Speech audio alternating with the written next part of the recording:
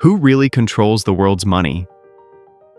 Think billionaires run the world? What if I told you that it's a handful of financial institutions pulling the strings? I mean these guys. Watch to the end to understand the extent of their control over your money.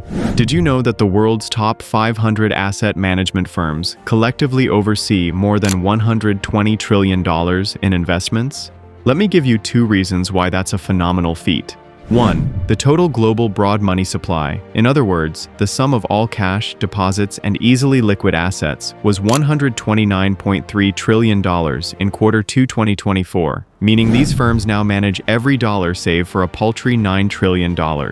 2. That's more than the combined annual GDP of the United States, China, Japan, Germany, the United Kingdom, and France, which is $65.7 trillion. But here's the real shocker. The top 10 firms alone have $49.16 trillion under management, which is an impressive 44% of the total industry assets, or 38% of the total global broad money. As you take in those staggering figures, let's meet the key players and understand just how much of the world's money they control. 1. BlackRock and Vanguard. You might be familiar with these two, but do you know just how much of the world's money they manage? Listen.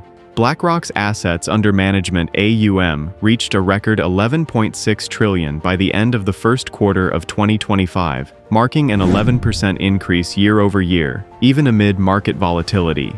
Its iShares exchange-traded funds, ETFs, mutual funds, private market vehicles, and the Aladdin risk analysis platform give it a presence in almost every financial niche. Meanwhile, Vanguard manages roughly $10.4 trillion as of January 31, 2025, yet stands out because it's owned by its own funds, which in turn are owned by investors. This unique structure eliminates outside shareholders and allows profits to flow back to investors through lower fees. Together, these two firms oversee around $22 trillion in assets, roughly 17% of the total global broad money supply. Add that to the fact that they oversee more than 1/5 of the global mutual fund and ETF market, and these two gain an extraordinary level of financial influence. They have the power to shape markets, sway corporate decisions, and impact economic conditions on a worldwide scale. In fact, when BlackRock and Vanguard vote their shares, companies listen. Board appointments, executive compensation packages, and corporate governance policies often reflect the preferences of these two giants. Second, central banks. While asset managers direct where capital flows, central banks literally print money and set the cost of borrowing.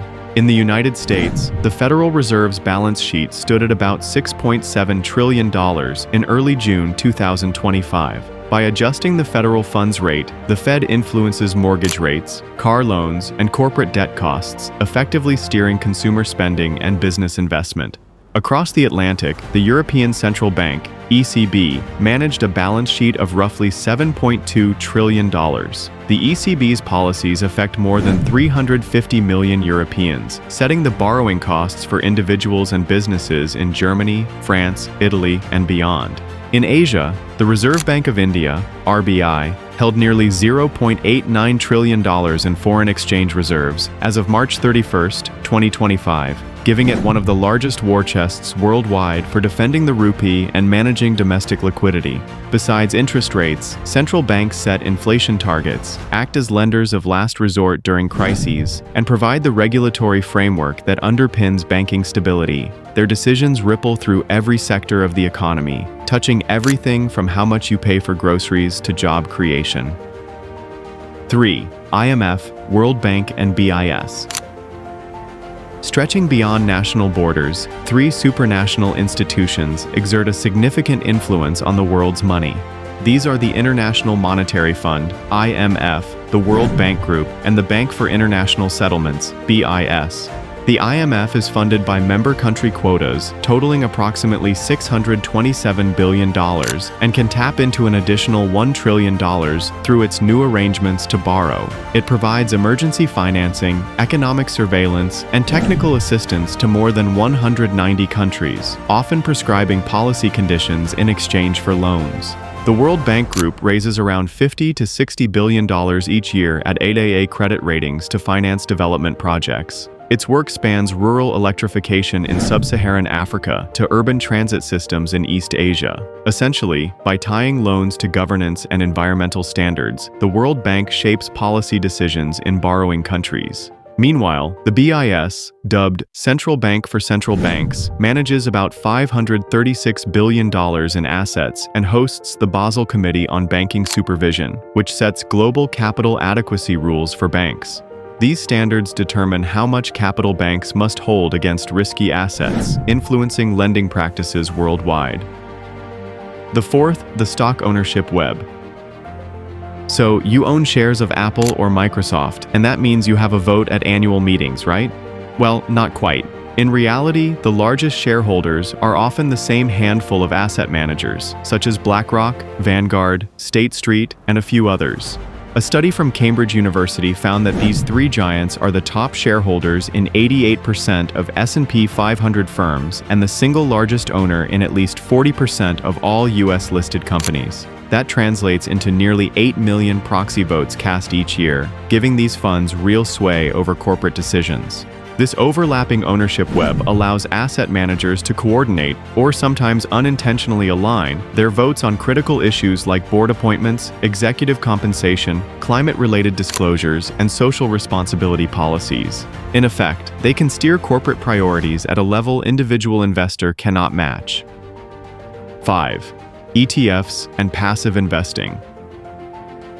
Exchange-traded funds have grown from niche products into a dominant force in global markets. By February 2025, ETFs held a record $15.5 trillion in assets worldwide, up more than 10% from the year before.